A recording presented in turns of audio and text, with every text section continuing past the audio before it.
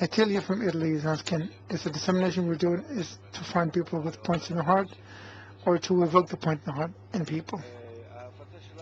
Our dissemination should be for everyone except those who cannot receive it, you welcome it. Some people hate development through Kabbalah. They don't want to acknowledge it in any way. They don't want to hear it. They're afraid of it. For all kinds of reasons. We need to be careful not to approach such people. It is also, unfit for the wisdom of Kabbalah to be rejected by such people. So it shouldn't touch them. Our dissemination shouldn't be against those who hate Kabbalah, but towards those people who are already waiting for this method to realize themselves. And you can see that by their despair, by the helplessness that they feel. And also people who don't feel anything. As it is written, open up to the one who doesn't know how to ask. We should also approach those people and introduce to them this wisdom and explain what it is and what it's for. We learn it from the four sons in the Pesach Haggadah story, except for the wicked.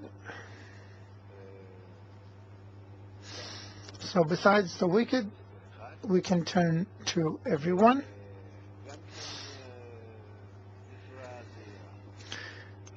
But very carefully, there shouldn't be any coercion here. Yes. Question from Israel. One who wants to dedicate himself entirely to the study of Kabbalah and spirituality doesn't feel any attraction to physical. He doesn't feel any attraction to physical pleasures, to this world, and it doesn't interest him. What is it? A jump and agree, or what is it? A person who is searching spiritually remains in the same physical ways as before, and even more than before, because his desires grow. He who is desirous great is his desires greater than himself. Because he's developing spiritually quickly, it evokes all kinds of corporal internal processes. And that internal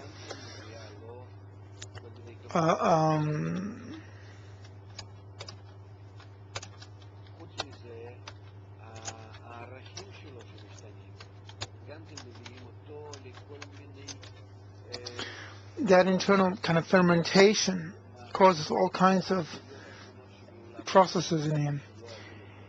And also, he changes his perspective on the world. These processes make him see the world differently. The right development, the right way to develop, is to not pay attention to it, because you don't have a choice. You just pay your attention to the development of the soul. As for the body, give it what you can,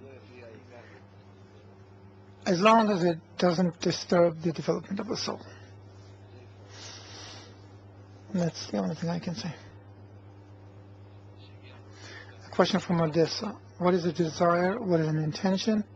And what's the difference between them?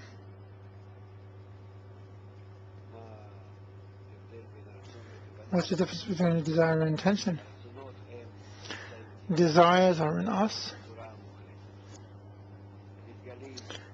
completely, or in the absolute form. They appear in all kinds of interconnections and orders that we do not control. And a person doesn't know what he will want in the next moment. And if he searches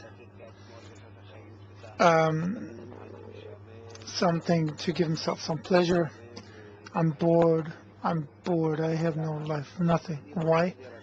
Because I can't discover a desire opposite which I'll discover filling So that now from this empty desire, I will want that feeling and do something to achieve it. We see people burning. What does it mean that they're burning? I have a goal. I want to bring it closer. I have to get it. Whatever it is. And then they move. But they don't own it. We also learn it in the freedom or the group or the world that brings them all kinds of goals, new desires. The intention that appears in a person appears personally in his personal development. He doesn't have any examples from the outside. Only if he's integrated in an environment, and with this environment in general wants to achieve the Creator. And in that environment, he also sees that intention to achieve the Creator. And this way is only the development of the intention, not of the desires. Then it builds a system of intentions in him which previously didn't exist. They didn't exist before. We say, what do you mean? I don't mean anything. I want to enjoy. That's not an aim. So the intention can only be on condition that I'm connected to the source that gives me the feeling. And opposite that source, I work to receive in some way feeling from it, in some way that I chose. So the study of intentions and the realization of intentions is only with respect to one who is already developing spiritually. And the desires have nothing to do with it. We're never talking about desires. We always move kind of above the intentions and the desires and intentions.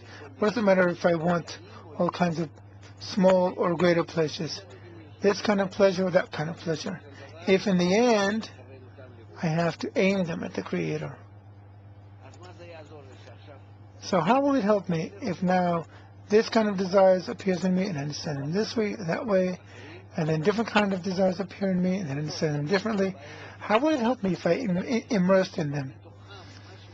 I have to aim towards the source from within them, whatever they are.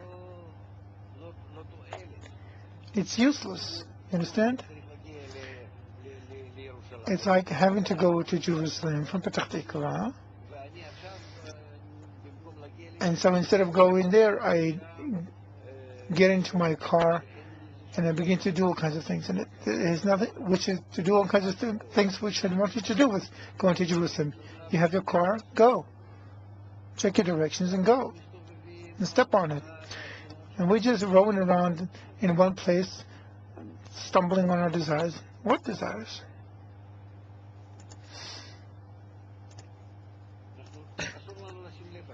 We shouldn't pay attention to it, to the desires themselves. Only on the intentions. Faith above reason. That's what we're required to do. Forget about your knowledge. Those are your desires. Faith. Go above it in order to bestow. These are the intentions. Yes, next.